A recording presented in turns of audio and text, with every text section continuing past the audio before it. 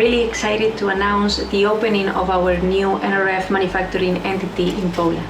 This milestone marks a significant step in our commitment to meet our growing demand in segments like marine, rail aftermarket, and industry. This new facility, spanning nearly 12,000 square meters, not only boosts our production capacity, but also enhances service efficiency and product quality, helping us in delivering even better results for our customers.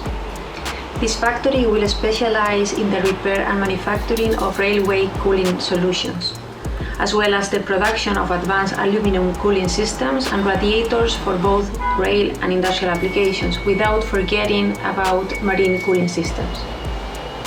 This new facility includes also our brand new Marine Tech Lab, which is there to advance our research and development in the marine cooling segment.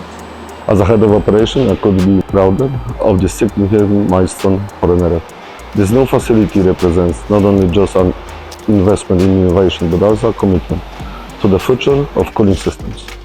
It's a step forward in enhancing our production capabilities while providing a modern, efficient, and inspiring workspace for our dedicated team.